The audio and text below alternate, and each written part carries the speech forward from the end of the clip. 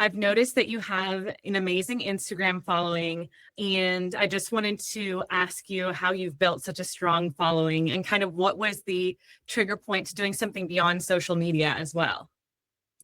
I love that question so much. I feel like my community came from my heart. When I first started this, I was purely just my mission at that time and still is, but shining light on dysfunctional breathing patterns. So I was just like, shining light, because I'd wake up every day and be like, how can I shine light? So there was just this really strong fire inside of me. Once I had confidence in myself to voice that, I think that's when things really started to flourish, because then you start to connect at a more consistent and deep level with your community. And yeah, I think that's been a big part of it. Okay, cool. And then what was the prompt that made you think you wanted to build the Breath Class membership and kind of a more app experience? Two key reasons. I think the first one is that there's only one of me. So the clinic, the Breathing Physio clinic, is open part-time at the moment because I'm also doing my postgraduate research, and there's only one of me, and there's so many more people that really need this support. So just my schedule didn't accommodate for me to be able to see everyone if I'm going to still be able to support people in a way that's accessible, practical, and also scalable worldwide, that people can actually get the support. So once I realized that I could do that, and I came across movement, it was just a catalyst for a lot of momentum, and it's been a catalyst for this next part of the breath class, where it's the intention to give accessible, practical breathing retraining tools for people no matter where you are. So before choosing movements, what platforms did you research or try? Were there specific deal breakers or limitations with other platforms that made you say no? And what was the moment you knew movement was the right fit?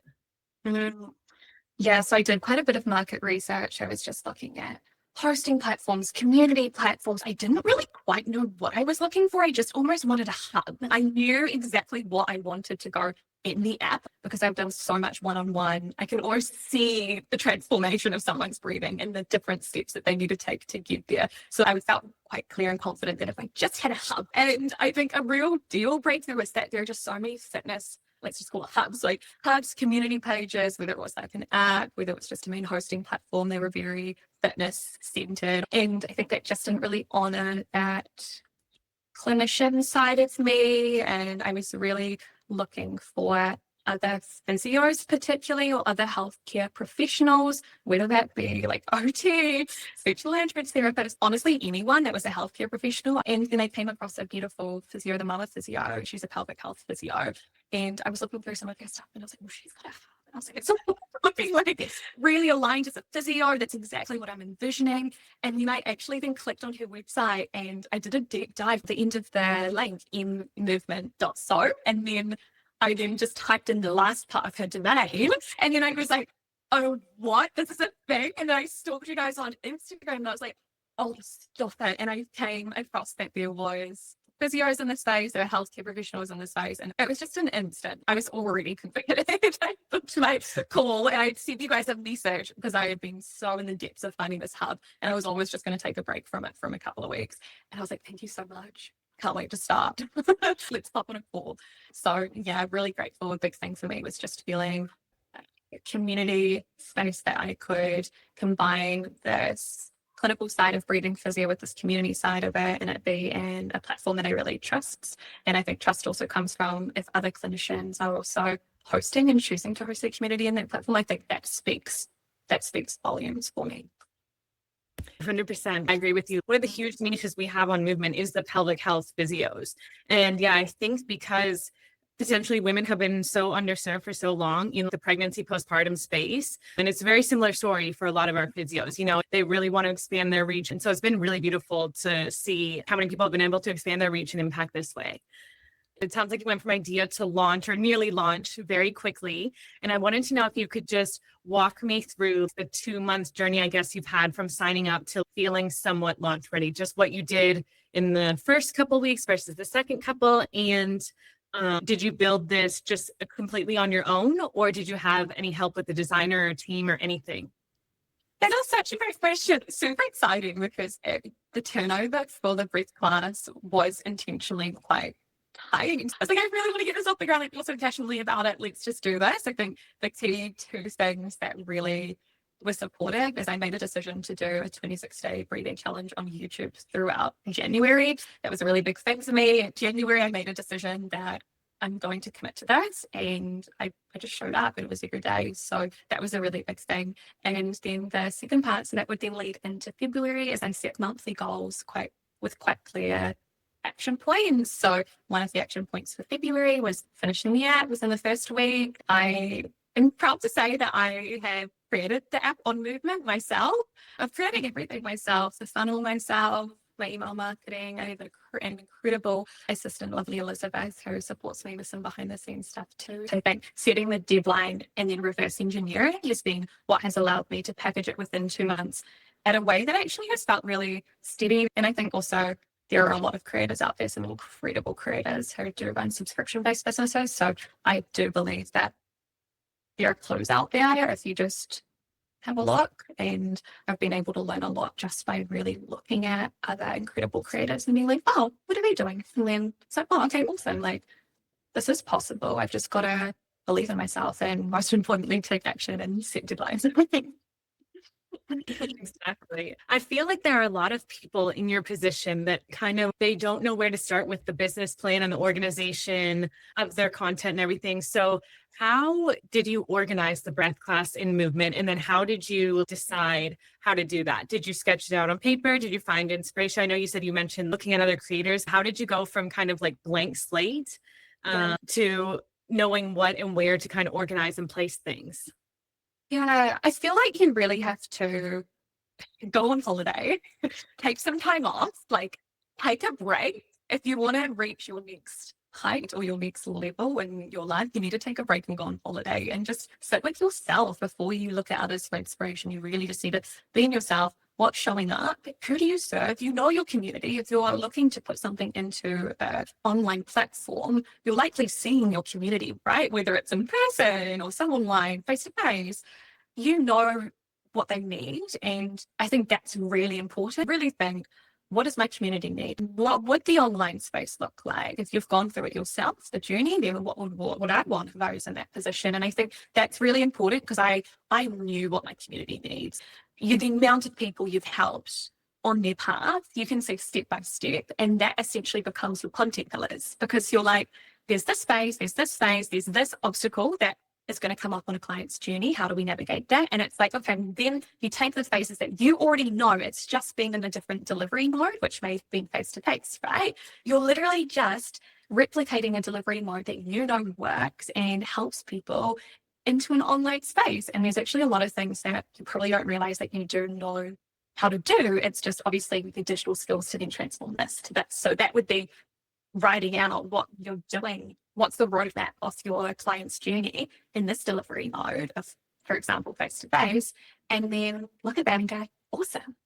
I can replicate that online. And you don't have to know how, you don't need to know all the digital stuff. You don't have to know what your logo is or your business name is. Like, that's just potholes. That's just going to bottleneck you. Just back to yourself. You know the roadmap of what gets your clients transformation. During that journey, particularly with Movement, were there any pain points you experienced or things you really just couldn't figure out where you needed help? I think once I found out that you guys had an AI bot, that was really helpful. I feel like that's a really cool thing to know for onboarding, is just being like, oh, hey, we actually have a really good AI bot. Like, really back yourself with your bot because it's so good. I think you should really back how great it is, because I just think you should. It's just incredible. So really back yourselves on how good that is. I think once I found that, then I was kind of away. Like, I was just kind of chatting into it. And I love how then your team then slide on and Steve comes on and he's like, oh, hey, it's just this one. I'm like, okay, awesome.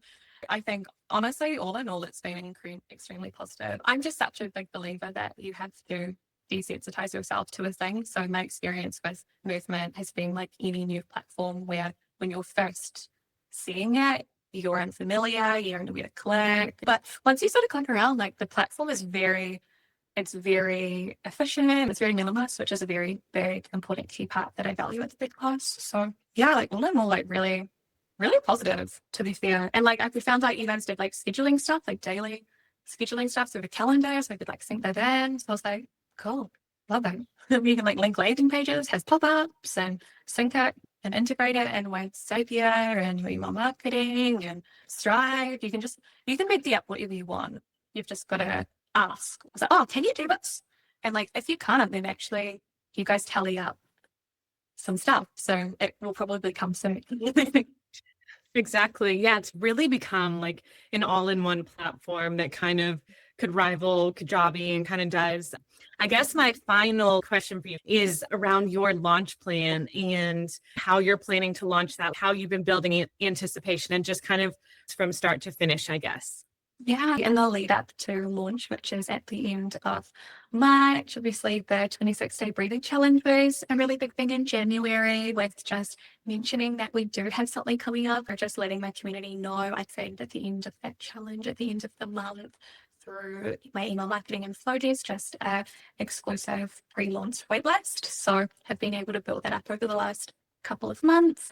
And then, yeah, coming into February, just like little teasers to my community. But I get really passionate really fast. So then I was still talking with my clients and I'm like, okay, we have something coming up, and it's just so exciting because my clients like everything. Like the reason I do what I do is to help them. Then some of them are coming in for a better launch. So that's a really big part, is getting people in the app to give feedback. Is a really big part of my pre-launch. Then yeah, I guess a month, just under a month out, so 3 weeks out, I've just shared a little bit more to my community and sort of linked in my Instagram page. So kind of soft launched it. There are all the back ends that are all there in terms of my funnel and how it automates from the traffic through Instagram, a bit of TikTok, and how that then automates into my lead magnet, which is a freebie, which is a free breathing guide. And then that comes through ManyChat, which then automates through to my conversion event, which was the one-on-one course, but I'm now transitioning to webinar, which then connects into my email marketing, which keeps my community involved and does waitlist some of them into for the founding membership too, which will be coming up, which will be for the first 100 members with like a 50% discount. So I think having all of that stuff set up and creating different workflows, I think the most important thing is being able to communicate with your community, like what's happening. Do my community know what's happening? Like, have I showed them? Have I really showed them what's happening? Have I showed them the transformation? Have I showed them me doing it? Have I showed them some behind the scenes? Like, people need to see things quite a lot before they realize what's happening. So I think that's starting my pre-launch plan, is I'm just like getting out there and like show people what's happening. So you said it's going out to your beta users tonight, so they'll get access to the app tonight, right? Yeah, we're such incredible people, but it's just getting the feedback as well. Like, what do they want to see more of? I've kept the app intentionally not fully complete yet. Like, I'm going to do another round of uploads just based on their feedback. If they're like, oh, I love like the 5-minute ones, or like I love the ones we're doing deep relaxation, or like, oh, actually, did you get straight into it with less talking at the start? Like, just any feedback. I think you need to accept that you're not going to have a complete app when you're launching the app. It's the why you're creating the app. It's because it's literally got legs. You can launch the app and just upload new videos. Like, I think that's a really beautiful thing. I do just have one more question that I thought of while you were talking. That's okay. Specifically, it is a membership, right? How did you decide on your pricing model and the price of the subscription and all of that? I think pricing is always something you need to trust your own intuition and market research. I've realized, I guess, over the years, that the more you ask other people, the less helpful that is. You just need to do your own market research and like don't ask too many people for advice, because like they don't know your community. I found that really firstly helpful. And then I think I thought of it on like a spectrum. So I did a lot of market research just to see different apps. There are some ones that are more accessible to all sorts of people. Like Headspace and Calm, and that was around like 15-ish US dollars. And then we have other tiers, which are like physical therapists hosting platforms, around like 40 US dollars to 55 at the upper end. So then that sort of mid end is, in the 30s. I'm kind of sitting around 34 at the moment. We haven't launched yet, so I'm still kind of growing with that. But I think that's a big thing. It's just like feel and not trying to undermarket it. I think as physios and just people in healthcare, we're so used to doing just so much for so little in terms of from a financial perspective. But I think it's been helpful to do market research to at least tier the 3 phases of prices. And then you can kind of use your intuition to know what tier you were in. And then anywhere within that zone is fine. And things can change. I was talking to my mom. I was like, founding memberships are founding memberships for a reason. It is probably the cheapest it will ever be. And, things will evolve. We'll get team. We'll probably get other breathing physios into the app, other healthcare professionals. So, just to support the evolution, there may be price changes with that. And that's a really important thing. Like, prices can change.